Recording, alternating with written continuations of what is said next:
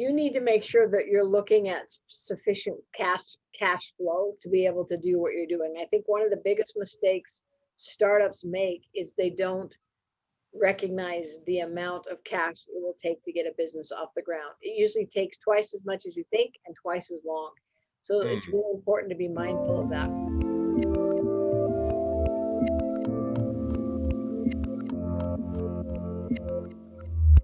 Hey everyone, this is Devin Miller here with another episode of the Inventive Journey. I'm your host, Devin Miller, the serial entrepreneur that's grown several startups into 7 and 8 figure businesses, as well as the CEO and founder of Miller IP Law, where we help startups with patents, trademarks, and everything business related. And if you ever need help with yours, just go to strategymeeting.com. We're always here to help. Now, today we've got another great guest on the podcast. They're all great guests, and this is certainly, she is certainly no exception. Dr. Christie Kane, and just as a quick introduction to her, so she was going through her college degree and started out, I think, in pre-law, and then moved over to psychology. And kind of as she was then going through the doctorate program, decided, why wait? Let's open up a clinic. And so was doing a clinic and was helping troubled youth with, I think you bought it, and anyway, she'll fill it in, but I think bought and owned a troubled youth programs, kind of started that and kept it growing, and then also is running an online platform to help with mental health issues as well. So with that much is a very quick introduction, and hopefully I didn't slaughter it too much. Welcome on the podcast. Thank you. Excited to be here. So I gave kind of that brief introduction, kind of that high level overview, but take us back in time a bit to when you first started out in college and kind of how that journey kicked off for you. So yeah, I started in pre-law and intended to be an attorney, and then switched over to psychology.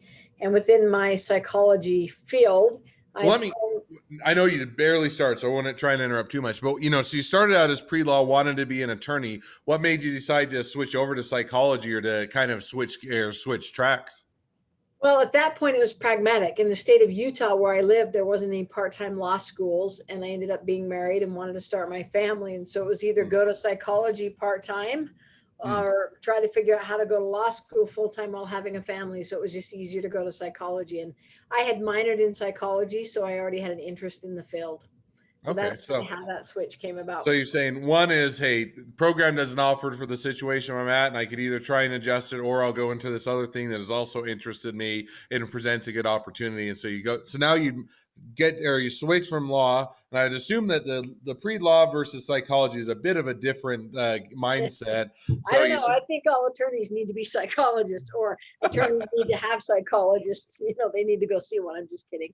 But anyways, yeah, it was, it's still about dealing with humans and human behaviors. And, everything an attorney will deal with individuals, whether it's a constitutional law case or whether it's a, business law or whether it's domestic law. I mean, it deals with humans and behaviors and choices, right? No, absolutely. So there's an interesting psychology play there.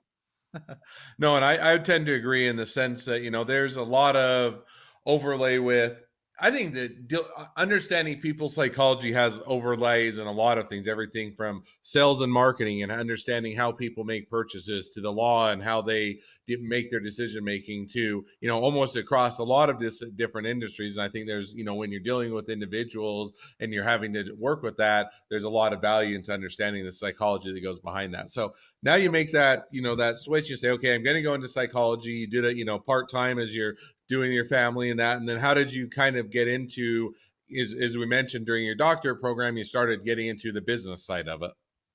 I've always owned businesses prior even going into my psychology field. I ran and operated a mortgage company. And so when I was in the middle of my master's, they started explaining what they paid interns, which was $0 to maybe a couple dollars, because you were anticipated to pay your dues. And I was like, yeah, I'm not going to do this. I'm not going to work for nothing. And so I figured out I could open up my own clinic and bring in a clinical director and have a supervisor and be paid a wage. And so I did something very different. As a matter of fact, even the director of the university was like, we've never had a student graduate and do that. And I was like, well, you know what? I'd rather make money and get my 4,000 hours than work for free. So it worked really well. So So because I agree, you typically don't hear why you're doing your graduate degree. You're going to work for someone else. To your point, you're going to pay your dues. So how Right. did you find that opportunity of, hey, I'm going to actually go and make money. I'm going to run something as opposed to just pay my dues type of thing. How did you get that idea, and then how did you actually implement it? Well, going through my master's program, you have to do internships, 900 hours at different facilities. And Mm, that kind of gave me a good idea to figure out how outpatient services run and know that I could do that, and there's so much now available in electronic billing and scheduling and, hiring an admin and hiring other clinicians. And so it mm. just worked. I paid attention in my residency, not just to the taking the notes and learning about, diagnoses, but I watched how they ran the businesses and went, I could do this as well. So Mm. I think anybody who's wanting to, start or become an entrepreneur needs to learn from those who are already doing what they want to do, which is what I did. So now, and I think that's very insightful. Now, how did you actually find the business that you were able to start or were going to start? And then did you, I think we talked about, but I could be completely wrong, that you bought it or you acquired it, you otherwise purchased into it, or kind of how did you get into that part of saying that's where I'm going to start? Well, I started in outpatient therapy and bought a commercial building, hired clinicians and staff to work for me. Then 4 years into that, because I had done some of my residency in a residential treatment centers for kids, I recognized that I didn't like what they were currently offering. And so I started to look at what nobody was offering so that I could offer a different residential type treatment modality.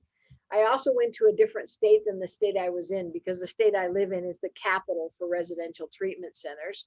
So I went to a state that had need, and then I opened up 3 residential centers that were different than anybody else was doing. One was a 500 head cattle ranch, and 2 Mm, were equine therapeutic intervention programs. And I took the tough kids at JJS contracts and the DHS, so I had guaranteed population. mm. And so that's Now, how I went about that. one question I had as you kind of talked through that, which was, so you were still going through your doctorate program, hadn't defended defended your thesis or anything of that, and yet, They so should when have. you're hiring, you get the building, you hire these people on. Was there any sort of tension or, hey, these people, because they were, I assume, and maybe you can correct me, that they had their doctorates, they'd already paid their dues, and so they were coming to work on for someone that hadn't gone through all of that. Was there any sort of tension or pushback, or were they happy to be there? Kind of how did you navigate that? So I'd already defended my thesis. I just, on Okay. my master's level, I just haven't done my 4,000 hours. And Okay. no one seemed to have an issue as long as they knew that I was paying the paycheck. People as clinicians go to work for business people who don't even have a field in psychology, but Mm. they own a mental health clinic. And so I really didn't get any pushback on that. As a matter of fact, we worked as a team and they offered insight, if I had questions on clients that I was working with. So it was very positive. Mm. No, and that's interesting, because it in my mind, and what your explanation makes a whole lot more sense. In the legal field, you go and you're a law student for a period of time, and then you graduate, you pass the bar, and then you go either start your own firm or you work for a law firm. So, bit of a different circumstance. If you're a law student starting your own law firm and hiring lawyers, it would be an interesting dynamic. But I think to your point, hey, if the paychecks are there and the business is there, what does it matter who's running it, type of a thing. Right. So you do that, and you mentioned, and jumping back to where you're at, you start doing the troubled youth programs and getting into that. Was that kind of an extension of what you guys were doing, or how did you decide, hey, we want to fold that in with what we're doing? It was a complete shift actually, because my outpatient clinic was in Utah. My Mm, residential treatment centers were in the state of Nevada. And so, and then after I opened up the residentials, I closed the outpatient because the residential had more lucrative income and required more of my time. And I mm, really enjoyed working with the adolescent population. As a matter of fact, had I not been put out of business by that state, making some poor decisions in getting money that was embezzled, I would probably still be running that. But we ran that for 6 years very successfully. And then I mm, shifted over to now we run, because we live in the electronic world, we run a mental health stabilization platform that's on electronic devices for corporations, schools, healthcare entities, and first responders. So mm. I've even shifted. So I've gone through 3 major areas of mental health: outpatient, residential, and now we do daily empowerment modules in an electronic platform. So now, see, that's what I was going to just get to. So you shifted yet again. So youth programs, and now you're having to run that dynamic. And then how did you get into not only that, but kind of now running the online program and the online model for mental health and diving into that as well? Well, it's an interesting time in our society. And I think mental health is going to be the new buzzword coming out of 2020 with the impact of COVID, right? And we've seen increasing mental health rate issues at younger and younger ages and broader populations. And so we have to start looking at what can address this crisis in new innovative ways, because individual therapy one-on-one is never going to cover the blanket of what's needed in our society. And so Hmm. we as a corporation started looking at that. We were actually approached by some schools. We were approached by some corporations to help in their mental health side. So we Hmm. actually created a platform to meet their needs because they approached us with their problems.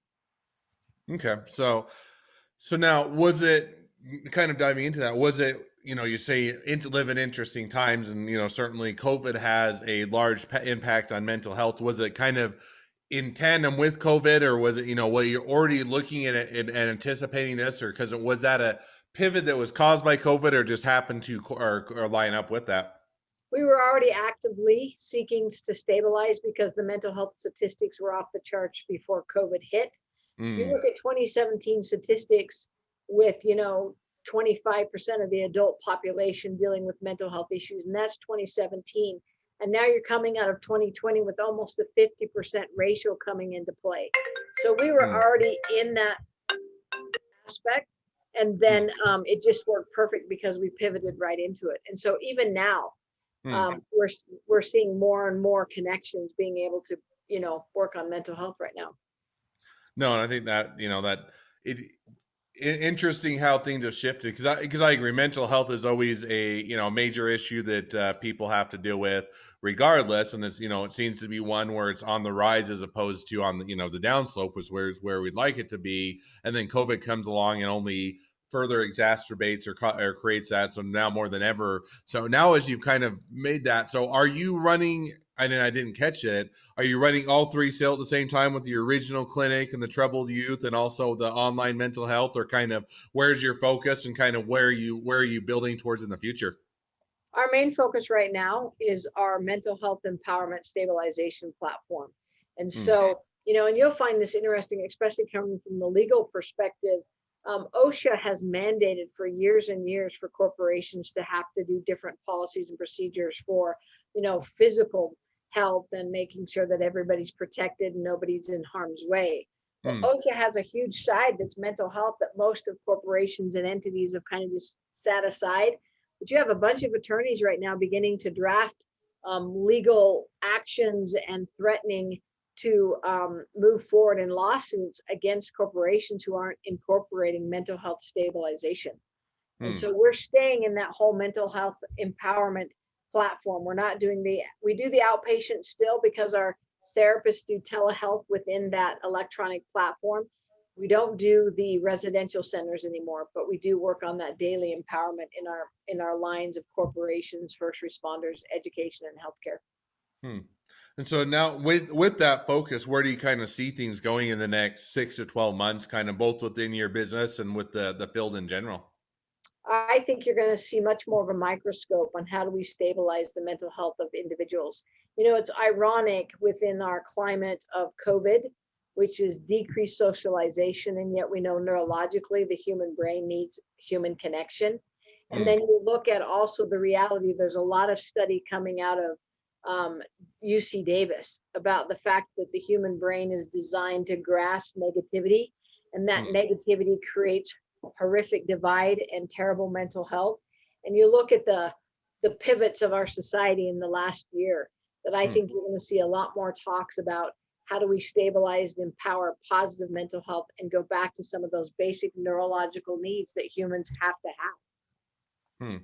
And one question, kind of maybe just as an aside, but a question that came up or in my mind as you're talking through that is, so you have COVID, which is also just lockdowns. You have people working from home, and it's interesting because on the one hand, you have, it seems to me, and I could be wrong, I'm certainly not an expert in the field, but, as people are isolated working from home, they don't have that human interactions, and it seems like generally people are wired to have or want or enjoy human interactions, to desire to be with other people, to talk through and to have that or support group, and so you remove that, and yet you'll also be having a shift within the marketplace for people more and more wanting to work from home. So how do you balance that? On the one hand, people are saying, "Hey, I love working from home because I don't have to commute. I don't have to, do those hours." And on the other hand, it seems like it's having a bit of a negative impact where people aren't getting out and socializing as much anymore. It's an interesting statistical analysis. We definitely have seen all mental health rates increasing across the board due to the isolation, Hmm. because humans are meant to connect. We also took away people's coping skills. Like, a lot of people dealt with stress by going to the bar after work or going to the gym, or lots of different aspects, right? But we just Hmm. eliminated everything that helps us cope as humans. But yeah, Hmm. neurologically, the brain is wired for human connection. Oxytocin and serotonin are released when we spend time face to face. So we have to have that. And as far as Hmm. productivity, that's an interesting analysis, because you're right. A lot of people are arguing, hey, I love working from home. But then you also have to look at the statistical analysis of productivity by corporations. And you Hmm. also see, especially in the younger generation, they're starting to say, I'm sick and tired of being in social media and on my phone and in Zoom meetings. I want human connection. Hmm. So I think you're going to see both. Some people saying they want to work from home, but others saying, no, put me back in the office, put me back in school, put me back around my peers, because I need that human connection.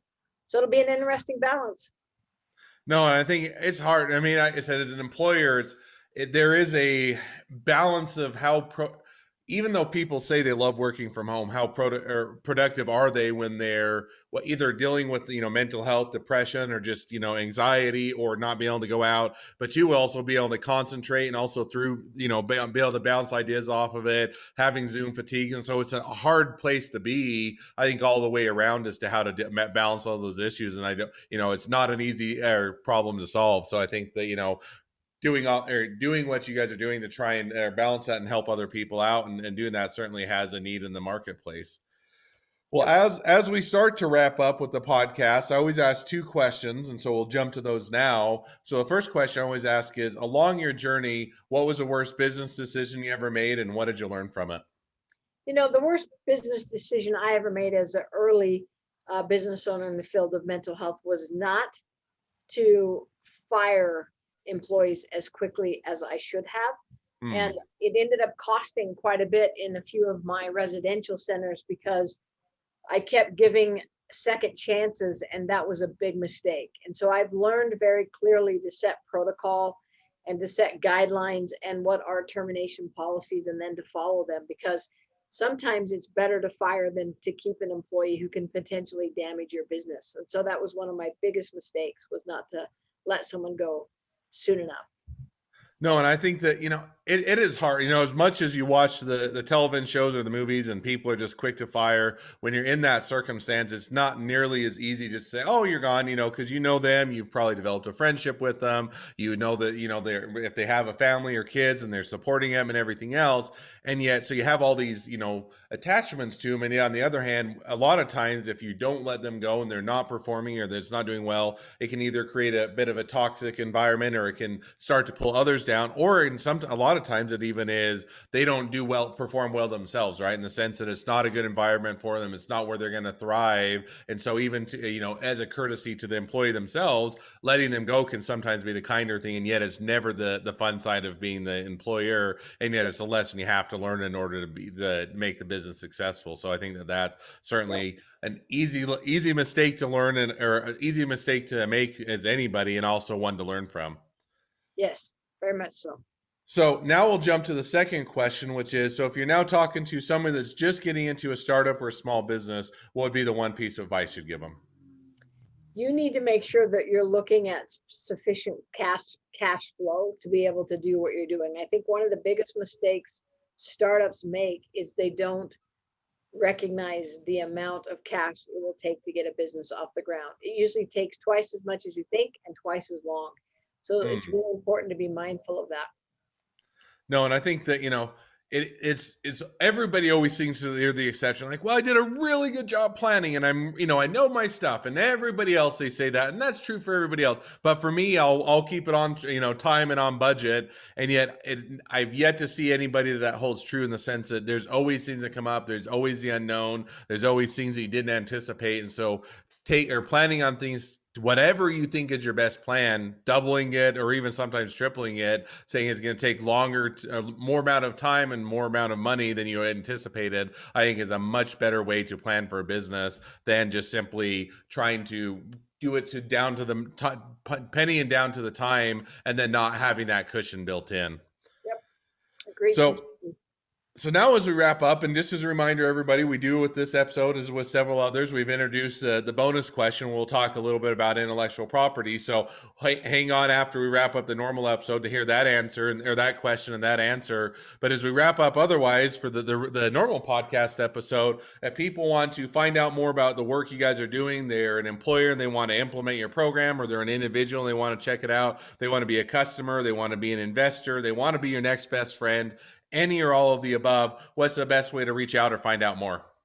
So our website is 360kane, Kane.com. So 360kane.com or 360focusmentalhealth.com. And they can find us through that. Well, I definitely encourage people to reach out, find out more, and check it out, because I think there's certainly a need for it. Well, for all of you listeners, again, there's a bonus question, but otherwise, if you have your own journey to tell, make sure to go to inventiveguest.com and apply to be on the podcast.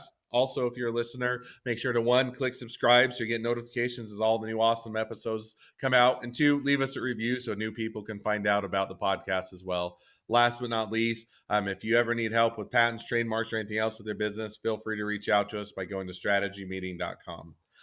Now with that, so now we'll jump over to the bonus portion of the podcast, which is now you get to turn the tables a little bit. I always get to pepper you with the questions and dive in and cut you off and everything else. Now on the flip side, what's your top intellectual property question? It's interesting because in soft sciences, like my field, intellectual property is a very blurred area because people seem to think that, let's say you created all these statistics, put together a study, and you share it. Anybody sitting in the audience is going to be the wannabe next presenter, will copy everything that you've done and run with it. So how do you recommend people in the soft sciences protect their intellectual property? Because it's not so much a patent, like, we didn't create a program or some type of new machinery. It's more all intellectual, it's research, it's our evidence, it's what we talk about. Yeah, no, that is a very fair and valid question. It's not an easy answer. So, I mean, sometimes patents work. And give you an example, and then but I would say that's the exception. One of the clients is a doctor we work with that deals with a lot with ketamine and for other uses without getting into what he's doing. But he has figured out a new way to utilize ketamine in some of what he's doing in his practice, such that it lends itself more to patentability. But to your point, if you're doing a lot of research, you're not doing a product, you're not doing a software, you're not doing hardware, you're just really doing research and then implementing it, patents generally don't apply, or they're difficult unless you fit into the exception.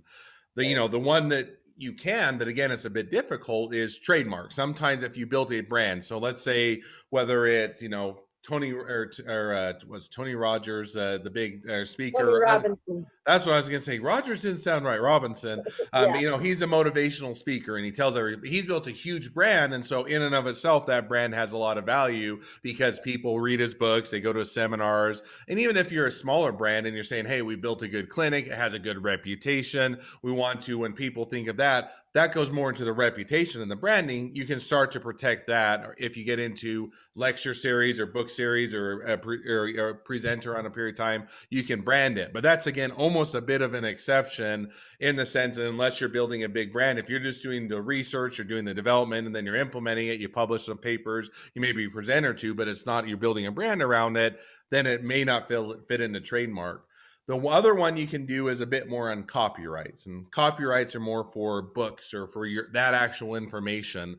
And so if you're saying, hey, we wrote a great book, it has a lot of research details, and people are starting to copy that, or they're knocking it off, or otherwise taking that actual information, then you can protect that with copyright. So that way it protects against people just blatantly copying or using your information without your permission when you've done all that research and that development. Now, the difficulty with copyrights is that if they take the foundational information, but then they put it in their own format, their own way of speaking about it, then there isn't a good way to protect it, in the sense that just the information, the foundation for the research and the clinicals, if it's published and people then use that as a foundation, they do their own thing with it, then you probably aren't going to be able to capture that, other than if you can write a book, you can write those papers that are the seminal papers that everybody refer to, you can utilize the copyright there in order to say, hey, if you're going to quote our stuff, if you're going to copy it, you're going to use it, then you have to give us a license. But it is a hard question. So those are some of the ways you go about protecting it.